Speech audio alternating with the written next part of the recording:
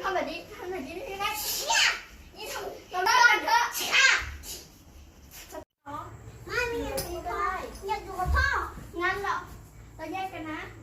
เดี๋ยวเราค่อยแอบเล่นกันนะบ๊ายบายไอ้ลูกคุณมาอยู่กับลูกฉันทำไมฮะแบบปะทะด่ากันเลยไหมเป้งอย่างนี้เลยไป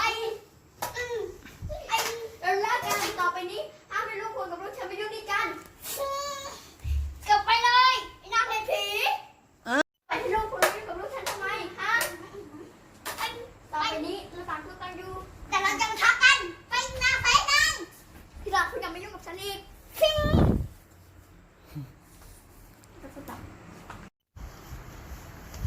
แกจอนสิแกมายุ่งกับฉันทำไมออกไปอุตส่าห์จะไม่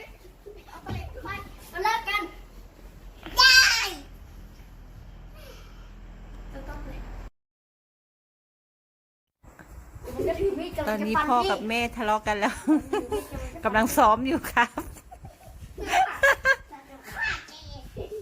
นี่อย่าทำแบบนี้กับฉันนะเราเลิกกันฉันจะฟันแก